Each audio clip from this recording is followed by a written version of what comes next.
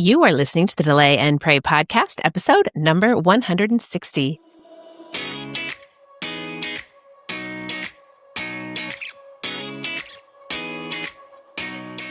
Welcome to the Delay and Pray podcast, where certified Catholic and weight loss coach Beth teaches you how to permanently lose weight through spiritual fasting.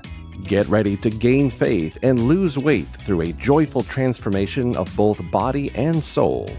Now, your host, Beth, the Catholic fasting coach.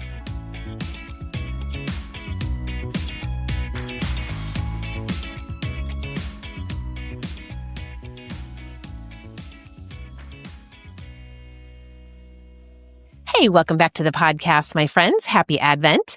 You know what? It is a wonderful life when you turn off the sugar and you turn on the miracles. Not all the time, just turn off the sugar during the week. That's what we're talking about. I'm telling you, you will find miracles in your life if you do this. This is part 1 of 2 of these Christmas miracles that I'm talking about when you turn off the sugar. And I want to just talk to you a little bit about that. I'm going to talk to you about metabolic flexibility, and this is how you do it. And I'm telling you, when you revolve your life, especially your eating life, around living for others, miracles really do start to happen, both in body and soul for you, but more importantly, for others. And that is the best part, which brings me to one of my favorite movies of this Christmas season, which is It's a Wonderful Life. Have you seen the movie? Do you love it? I love it. Every Christmas Eve, way long before we had a million streaming services and well before I had my own children, even when I was young, my family would gather together and watch this movie, It's a Wonderful Life. And we still do it, even in my own family. Same time, same night, same cozy feeling in the living room. That ritual has marked every advent of my life, pretty much. And honestly, I wouldn't trade it for anything. I love it. That movie never fails to stop me in my tracks and remind me, right when I need it the most, how very blessed I am. Blessed by family, blessed by friends, blessed by a deep, abiding Catholic faith that continues to grow me, stretch me, sanctify me, and, like I said before, strive to live for others. This is so challenging, but so very wonderful. This really is a wonderful life. And part of my life is my body and soul. And as I've learned through Delay and Pray, I am profoundly grateful for this physical body and the immortal soul united within it. God designed them together, as you know, intentionally, purposefully. So the way I care for my body affects my soul, and the way I nourish my soul affects my body. Now, It's a Wonderful Life. This movie always reminds me to take stock of everything the Lord has given me, including my health, which is why even during the holidays, I pay attention to how I treat my body. I do feast, yes. I do celebrate, absolutely. I love celebration. But I also try to stay anchored to my goal of metabolic flexibility. This is truly the only way to live. So what you might be asking, what is metabolic flexibility? If you don't remember, because I talk about it all the time, it's the body's God-designed ability to shift between that glucose burning, we call it sugar burning, and then fat burning, which is actually burning your own fat, depending on what you eat and how you fast, really. It's either your own fat or you're burning fat that you eat.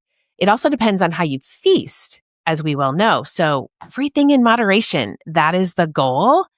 And so there's a scientist named Dr. Stephen Phinney, and he's one of the major voices in metabolic science. And he describes metabolic flexibility as the capacity of the body to adapt fuel oxidation to fuel availability. So what that means is the body adapts to the fuel burning to what fuel is available. So what you have, it will burn. So if you don't have any sugar, it can't go to the sugar. It's got to go to the fat. So that's what he's talking about. So in simpler terms, what he's saying is a metabolically flexible body can enjoy a Christmas cookie, just one, without spiraling into a month of sugar cravings, weight gain, exhaustion, and inflammation.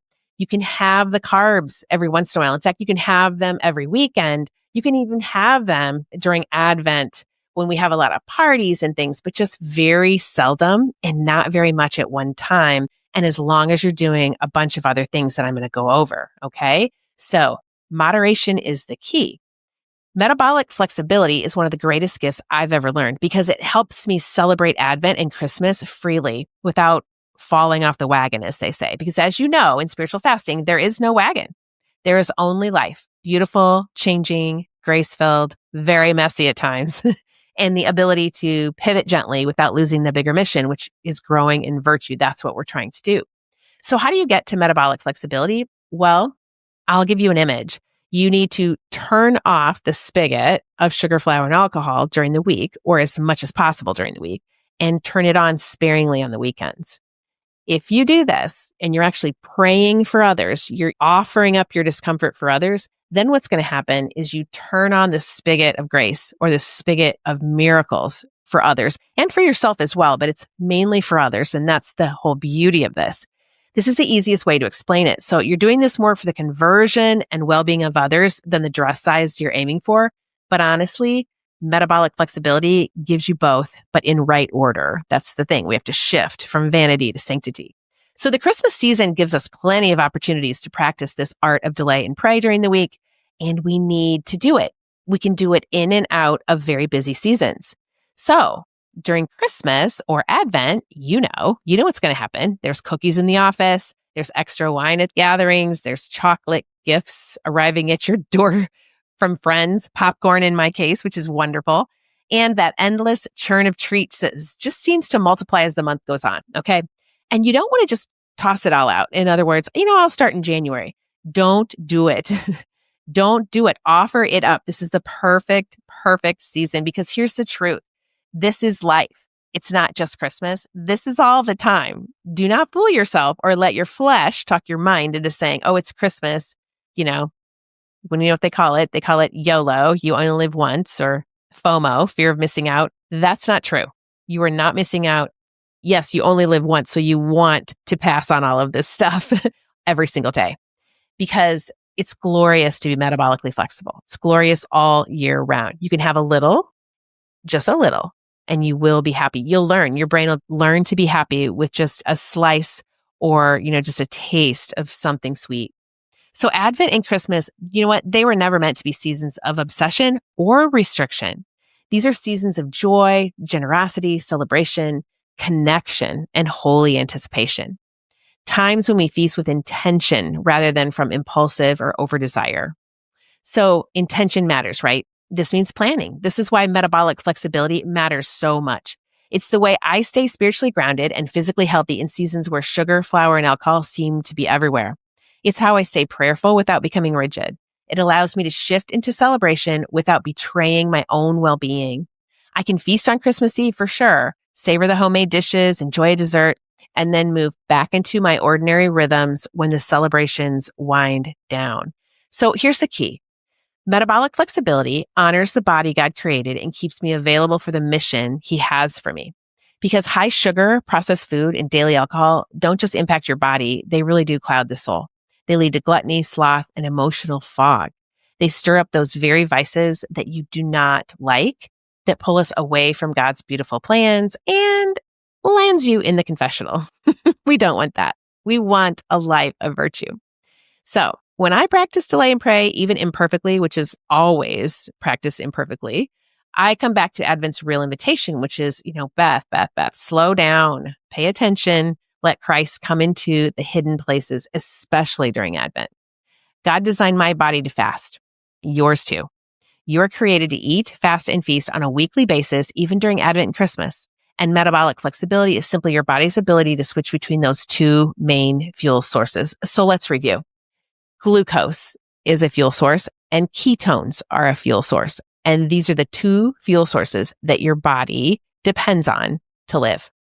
Now, when your body is burning glucose, that actually becomes very sky high from sugar, processed food, daily alcohol. Okay, these types of foods require an increased insulin response that needs to be either burned off in lots of exercise or stored as fat to be taken care of later, as in January. And you don't want that. High insulin also makes you hungry all the time and tired. So when we're totally consuming sugar and processed food and alcohol all the time, then we have an influx of this glucose in our bloodstream all the time, which elicits, again, an insulin response, right? So when we're doing that, then we gain weight and we're hungry all the time and we're tired and possibly irritable, okay? So we have to keep that glucose down. We have to keep it down. Well, how do we do that? By staying away from sugar, processed food, and daily alcohol, eating in meals, and doing a few things that I'm going to talk to you about in just a few minutes to keep that glucose down and to sort of point your body into burning the next fuel source, which is ketones. So ketones, on the other hand, are an alternative fuel source that comes from burning your own fat for fuel. Burning ketones are like burning logs on the fire instead of sugar burning, which is like kindling. Okay. So think about that. So I call burning ketones basically dining in with Jesus, okay, or fat burning. And it's one of the most powerful things that happens when you do become metabolically flexible. When your body smoothly shifts into fat burning mode, it's this time that you begin experiencing this dining in with Jesus. You're dining in basically on your own fat and you're praying. That is why I call it dining in with Jesus. So when you're in fat burning mode, your body is producing ketones, clean, steady, peace-giving fuel for your brain and soul. Cravings quiet down, hunger diminishes, and you move through your day with a surprising clarity and calm. You actually have way more energy, my friends. This is where the spiritual dimension of fasting kind of comes alive. Instead of turning outward for comfort, like food, sugar, snacks, wine, you turn inward and upward. You're no longer dining on impulse, you're dining on grace. Now, it takes a minute to get here. You're going to fail a lot to get to the point where you're dining in with Jesus because your brain thinks you need food to do hard things. And you're going to always want to do that. If you have a podcast to create or record, or you have something to write, or you have a really hard project at work, your brain's going to say, a little bit of snack, a little bit of food and a Diet Coke or a Coke or whatever it is might just help us get through this project at 3 p.m. That is something that you're going to have to kind of unfortunately fail at a few times until you can pass all of that food and all of that sugar and just do the work on your own without consuming anything. And it will happen because once you're going to the sacraments and getting all the grace from Jesus, once you're retraining your brain that you do not need the food, you do not need the alcohol to do hard things, then you're going to be in a much better place to actually burn these ketones, get to that place. So dining in with Jesus means you're letting him feed you in those interior places where no earthly food can satisfy. But you're going to fail a lot to get there, and that's okay. Don't quit. It's the clarity of mind that's going to make your prayer sweeter. It's the reduced cravings that make virtue accessible. And it's the peace that allows the soul to hear him. And this is all so good. So ketones help your body run on slow, clean, God-designed fuel while your spirit receives something even better. And that's the presence of Christ himself, which is sustaining you just as truly as physical food, right? It's both. This is why we need spiritual fasting. This is why spiritual fasting is categorically different from dieting, because dieting empties the body, but fasting fills the soul. This is a lifestyle. So when you're in fat burning mode, you're not white knuckling hunger. You're not in that type of hunger. You are sitting at the quiet table of your heart and you're dining in with Jesus on your own fat stores, letting him strengthen you, nourish you, and transform you. It's not easy to get here, but once you do, it feels so good. This is where temperance grows. This is where gluttony, well, it loses its grip.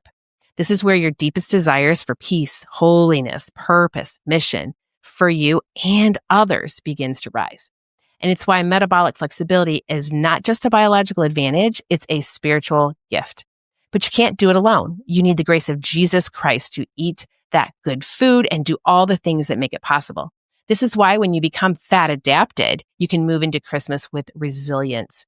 You can feast just a little on the weekends and then return to your normal rhythms. You're no longer held hostage by the sugar. You are free, my friends, even during Advent.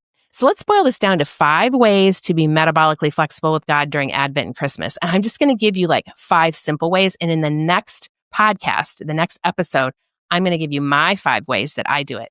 So way number 1, create a minimum baseline for prayer and sacraments. In other words, decide before Christmas Day what you will do an absolute minimum. Even though it's Advent, just how much Mass do you need to go to? Is it just one daily Mass? What is it? Really strive for at least one daily Mass. What about adoration? Don't throw it out. What about 30 minutes or 1 hour? But what about 30 minutes at least? How much prayer are you going to spend in the morning?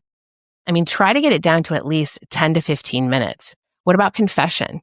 We need to go before Christmas, right? Or as needed. So all of these things, all these sacraments, write down your minimum baseline for prayer and sacraments. Treat them as non-negotiable. Remember, this is priority number one. When you spend time with Jesus, you spend time with Jesus. He makes everything better. So don't skimp just because you think you don't have time, especially in the Christmas season. This is a very holy time. You need him. Number 2, plan your Christmas food protocol ahead of time. I know this is going to be hard. Your brain is going to tell you that you don't have time, but you absolutely need it as well. Build your days around meals, not constant grazing. Okay. 1, 2, or 3 meals. Include beautiful salads, meats, roasted veggies, and, whatever veggies. Just eat them up, and some good fats. And yes, you can go ahead and throw in a few planned Christmas treats or drinks. That's fine. But maybe you err on the side of looking for those keto recipes during the holidays and help yourself feel satiated with delicious meals without the sugar, flour, and alcohol. Listen, do these things for those that you love. Offer up all your discomfort for them. Do this ahead of time. Let your brain rest knowing, hey, this is the plan. Even if you don't follow it right now, just write it down and at least give yourself a chance to follow it. Number 3 is feast on just enough. You know how I always say this. Enough is as good as a feast, honestly. Enjoy the meals, but stop when you're satisfied, not stuffed. So use your hunger scale to visibly write down how full you are. Stop before you are full because it takes at least 20 minutes to really feel full. So put down that fork after your first plate, leave that bite for your guardian angel, and walk away, or just wait for satiety to set in. Give yourself some time to feast on just enough, or just to eat just enough, right? Number 4, hydrate and move your body, especially during the holidays. I'm talking about walking after meals, going to the gym, going sledding with your grandkids, playing games, shoveling snow, move, cleaning, whatever you have to do, wrapping your gifts. I mean, it helps immensely with cravings and energy. So drink a lot of water while you're doing this, and make sure that you make hydration and movement a key part of your holidays. This is so helpful in keeping that insulin low and keeping those ketones circulating. Number 5, manage your mind and your expectations. Remember, people are doing the best they can, including you. Don't make perfection the goal for you or anyone around you. We are all dealing with something. Make virtue the goal this Christmas. Temperance, patience, charity, dine in with Jesus, and love one another. Don't let your flesh talk you into just giving up until January. Don't do that. That's the old you. The new you is here. She doesn't give up until January. She is gonna do it. She does hard things. Leaving your sugar spigot on is not good for you. You want to turn it off, because if you don't, you're missing out on fasting for others during this very holy time. Don't forget those holy souls in purgatory. Fast for them. Pray to them. Ask them to pray for you. Spiritual fasting is not about white knuckling your way through Christmas with a sad salad. My salads are so amazing. They're so amazing. Make yourself a robust and amazing salad. And you know what? Let people enjoy their dessert. That's okay. Have a taste of it, or make some berries and some delicious real whipped cream. You can find substitutes that make you very happy. This is about living a wonderful life, because it is a wonderful life. A wonderful life is free, clear, and rooted in Christ, because you've turned down the sugar for the most part and you've turned up the miracles. So listen to the next episode for detailed tips on how I handle all of these 5 things actually daily in my own life. All right. Have a fabulous week, everyone. Enjoy these holidays. Don't forget to delay and pray through these amazing Advent weeks. You won't regret it. God bless you, and I'll see you again soon. If you are interested in learning more about spiritual fasting and permanent weight loss, then come join my course, Delay and Pray, a guided course for weight loss through spiritual fasting. You won't go through it alone either. I will be there to coach you every step of the way. This is a group coaching program where you are part of an amazing community of like-minded Catholics who have the same goal as you, to bring about miracles while losing that weight permanently through spiritual fasting. Your purchase includes an online course detailing what spiritual fasting is, how to do it, and all the tools you need to get you the results you're longing for. Head over to my website right now at thecatholicfastingcoach.com and get the details on how to join. And don't forget to follow me on Instagram, Facebook, Pinterest, and LinkedIn to always get the latest daily information to help you keep fasting, my friends. Can't wait to see you in there. May God bless you and keep you always.